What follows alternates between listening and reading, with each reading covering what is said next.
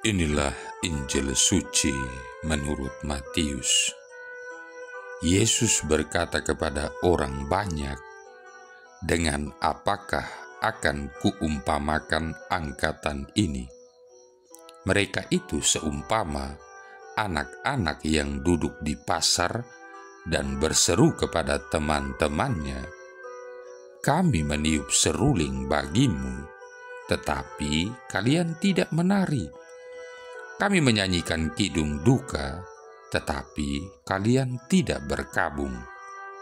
Sebab Yohanes Pembaptis datang, ia tidak makan dan tidak minum, dan mereka berkata, 'Ia kerasukan setan.' Kemudian Anak Manusia datang, ia makan dan minum, dan mereka berkata, 'Lihatlah, seorang pelahap dan peminum, sahabat pemungut cukai dan orang-orang berdosa.' Tetapi hikmat Allah dibenarkan oleh perbuatannya." Demikianlah sabda Tuhan. Saudara-saudari yang terkasih, dunia kita dipenuhi dengan perselisihan, percekcokan, dan sakit hati.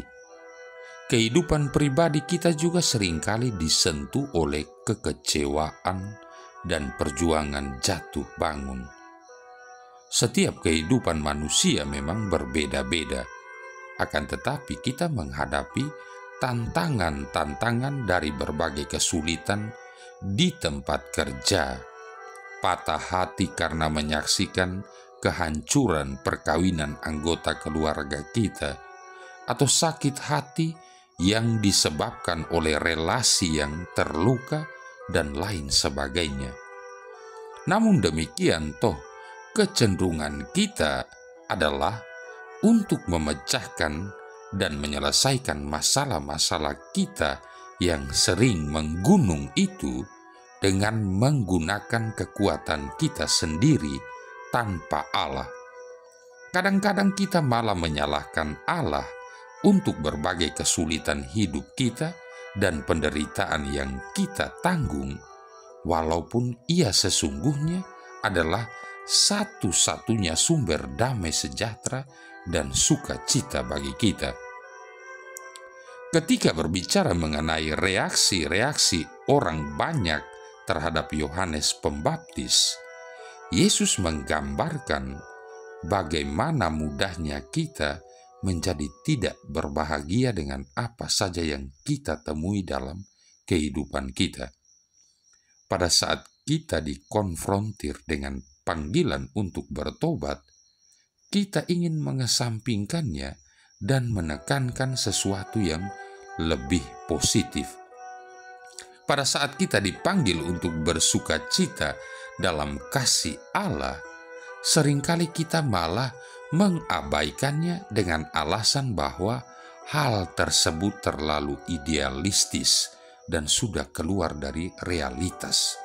Manusia memang suka berubah-ubah. Saudara-saudari yang terkasih, Yesus bersabda, hikmat Allah dibenarkan oleh perbuatannya.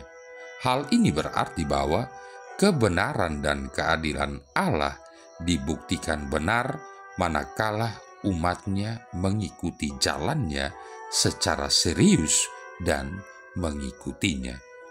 Selagi kita memperkenankan Yesus menguasai diri kita dan menaruh kepercayaan kepada segala ketetapannya, maka kita akan mengenal dan mengalami damai sejahtera.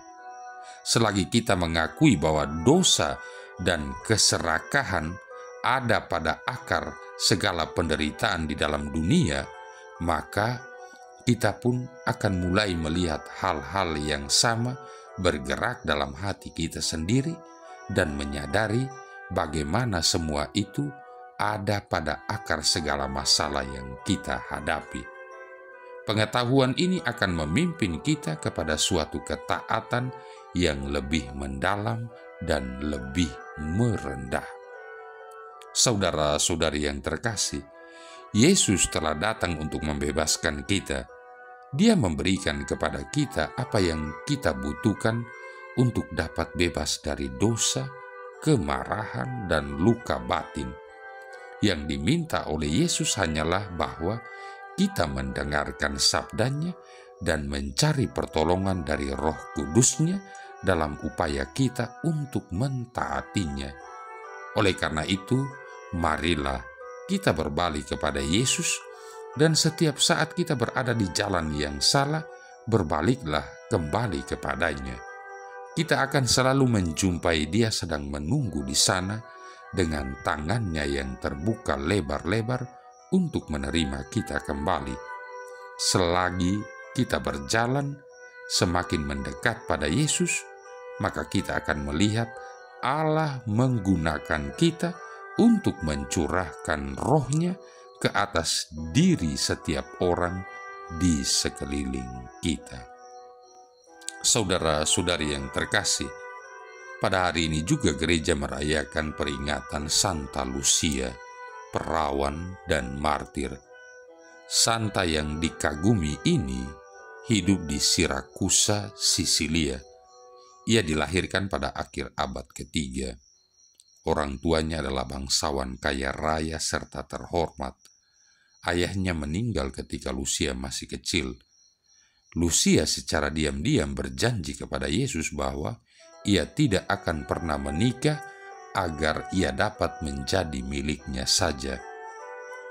Lucia seorang gadis yang jelita dengan sepasang mata yang indah. Para pemuda bangsawan jatuh hati kepadanya. Ibunya mendesaknya untuk menikah dengan salah seorang dari mereka yang telah dipilihnya bagi Lucia. Tetapi Lucia tidak tertarik. Ia kemudian memikirkan suatu rencana untuk melunakkan hati ibunya. Ia tahu bahwa ibunya menderita sakit pendarahan. Lucia membujuknya untuk pergi ke gereja Santa Agata dan berdoa mohon kesembuhan. Lucia pergi menemaninya dan mereka berdoa bersama.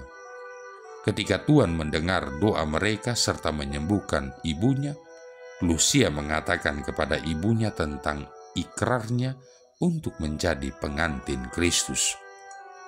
Sebagai ungkapan rasa terima kasih atas kesembuhannya, ibunya mengizinkan Lucia memenuhi panggilan hidupnya. Tetapi pemuda kepada siapa ibunya telah menjanjikan Lucia amat sangat marah karena kehilangan Lucia. Dalam puncak kemarahannya, ia melaporkan Lucia sebagai seorang pengikut Kristus. Ia mengancam hendak membutakan kedua mata Lucia. Tetapi Lucia bahkan rela kehilangan kedua matanya daripada tidak menjadi pengantin Kristus. Dan itulah yang terjadi. Banyak patung yang kelak dibuat menggambarkan Santa Lucia dengan matanya yang indah di kedua telapak tangannya. Yesus membalas cinta Lucia yang gagah berani. Ia melakukan mujizat dengan memulihkan mata Lucia kembali, bahkan jauh lebih indah dari sebelumnya. Hakim yang kafir berusaha mengirimkan Lucia ke rumah bordil. Ia berharap agar Lucia dapat dibujuk untuk mengingkari Kristus. Tetapi ketika mereka berusaha membawanya ke sana, Tuhan menjadikan tubuh Lucia demikian berat sehingga mereka tidak dapat mengangkatnya. Pada akhirnya, Lucia ditikam dan wafat sebagai martir bagi Yesus Kristus pada tahun 304. Marilah berdoa.